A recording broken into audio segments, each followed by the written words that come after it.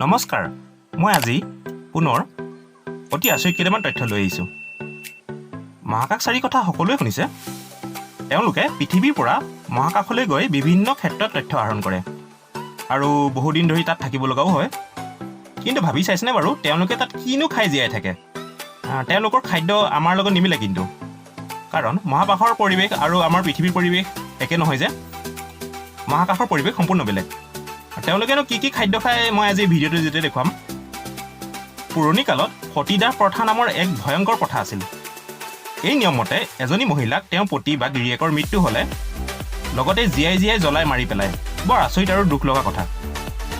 ভাৰততো এই প্ৰথা কেনেদৰে প্ৰচলন আছিল আৰু এই প্ৰথা কোনে বন্ধ কৰিলে ভাৰতত আৰু মহিলাসকলক উদ্ধাৰ কৰিলে, এই বিষয়েও ভিডিঅ'টোতে আলোচনা কৰিম।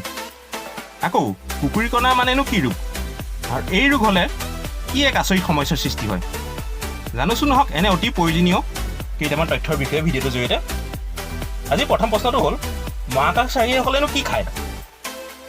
তেওঁলোকৰ খাদ্য আমাৰ খাদ্যৰ লগত নিমিলে, কাৰণ মহাকাশৰ পৰিৱেশ পৃথিৱীৰ পৰিৱেশৰ লগত সম্পূৰ্ণ বেলেগ।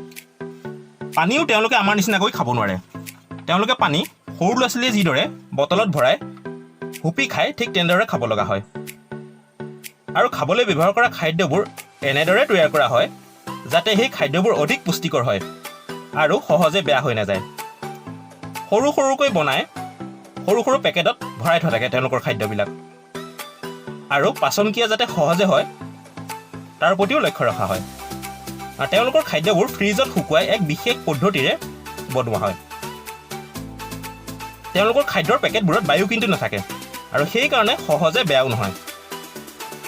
খাদ্যবোৰ যদি তেওঁলোকে নুচুবোৱাকৈও গিলি থয় তথাপিতো কিন্তু একো অসুবিধা নহয়।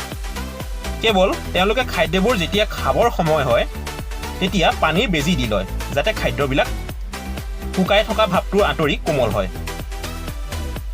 এইদৰে তেওঁলোকৰ পেকেটত ভৰোৱা সৰু সৰু বিশেষ খাদ্য খাই তাত তেওঁলোকে জীয়াই থাকে, কাৰণ আমাৰ নিচিনাকৈ তেওঁলোকে তাত আৰু খাদ্য বনাবলৈ সুবিধা নাথাকে।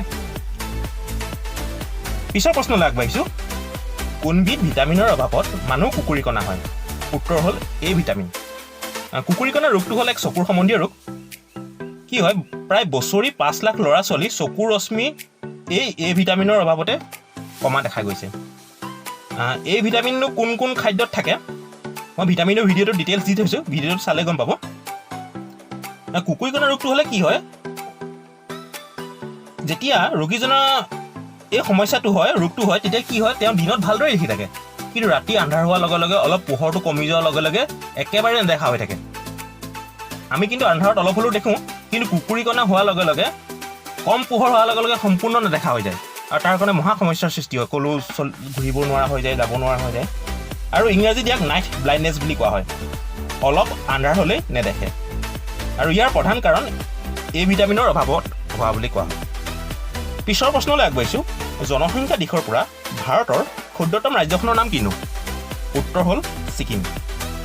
নেক্সট প্ৰশ্ন, RBI প্ৰতিষ্ঠা কেতিয়া হৈছিল? RBI মানে হৈছে ৰিজাৰ্ভ বেংক অফ ইণ্ডিয়া, আৰু ইয়াৰ প্ৰতিষ্ঠা হৈছিল 1935 চনত।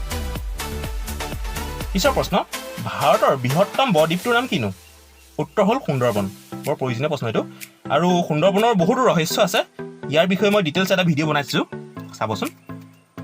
পিছৰ প্ৰশ্নলৈ আগবাঢ়িছোঁ, বিশ্বৰ প্ৰথম মহিলা প্ৰধানমন্ত্ৰী কোন আছিলনো? উত্তৰ হ'ল বন্দৰনায়ক। পিছৰ প্ৰশ্ন, বিন বৰাগী কবিতা পুথিখনৰ ৰচক কোন? বৰ প্ৰয়োজনীয় প্ৰশ্ন, অসমৰ কেইবাটাও লিখিত পৰীক্ষাত এই প্ৰশ্নটো আহিছে। উত্তৰ হ'ল চন্দ্ৰকুমাৰ আগৰৱালা। নেক্সট প্ৰশ্ন, মৃত্যুঞ্জয় নামৰ বুৰঞ্জীমূলক উপন্যাসখন কাৰ? উত্তৰ হ'ল ডক্টৰ বীৰেন্দ্ৰ কুমাৰ ভট্টাচাৰ্য, আৰু এই উপন্যাসৰ বাবেই তেওঁ জ্ঞানপীঠ বঁটা লাভ কৰিছিল।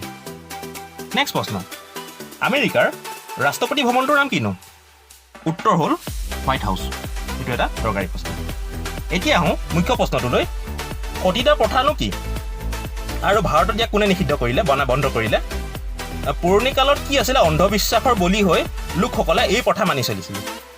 কি হয়, কোনো দম্পতী বা এটাৰ পতি বা গিৰিয়েকজন যদি মৃত্যু হয়, মানে গিৰিয়েক ঘৈণীয়েকৰ গিৰিয়েকজন যদি মৃত্যু হয়, তেতিয়া তেওঁ সেই স্বামীৰ লগতে পত্নীকো গাঁৱৰ ৰাইজে মাৰি পেলায়।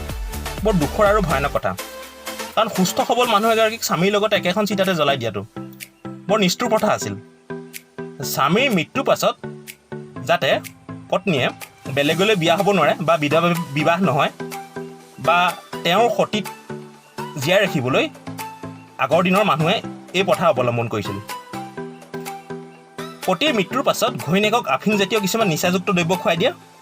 তাৰপিছত ৰাইজে ঢোল তাল আদি বজাই এক হুলস্থুল পৰিৱেশ সৃষ্টি কৰি লগতে মানুহজনীকো জ্বলাই দিয়ে, যাতে সেইগৰাকী মহিলাই হুলস্থুল কৰিলেও যাতে কোনো গম নাপায়। ই যে নিষ্ঠুৰ প্ৰথা আছিল। কিন্তু সময় বাগৰাৰ লগে লগে যেতিয়া ভাৰতত ব্ৰিটিছসকলে শাসন কৰিবলৈ লয়, তেতিয়া লৰ্ড উইলিয়াম বেণ্টিং নামৰ ব্ৰিটিছজনে ভাৰতৰ গভৰ্ণৰ জেনেৰেল হয় আৰু তেওঁ গভৰ্ণৰ জেনেৰেল হৈ এই নিষ্ঠুৰ প্ৰথাটোক প্ৰতিবাদ কৰে আৰু ৰাজা ৰামমোহন ৰায় আৰু এনেধৰণৰ কেইজনমান মহান ব্যক্তিৰ লগত লগ লাগি ভাৰতত এই প্ৰথা বন্ধ কৰি দিয়ে। এই সতীদাহ প্ৰথা লৰ্ড উইলিয়াম বেণ্টিং নামৰ ব্ৰিটিছজনৰ কাৰণেই ভাৰতত বন্ধ হয়। এইকেইটাই আছিল অতি প্ৰয়োজনীয় কেইটামান তথ্য আৰু সাধাৰণ জ্ঞানৰ প্ৰশ্ন উত্তৰ। ভিডিঅ'টো ভাল লাগিলে অনুগ্ৰহ কৰি লাইক কৰিব আৰু ভিডিঅ'টো শ্বেয়াৰ কৰিব আৰু অনুগ্ৰহ কৰি চেনেলটো ছাবস্ক্ৰাইব কৰি দিব। ধন্যবাদ।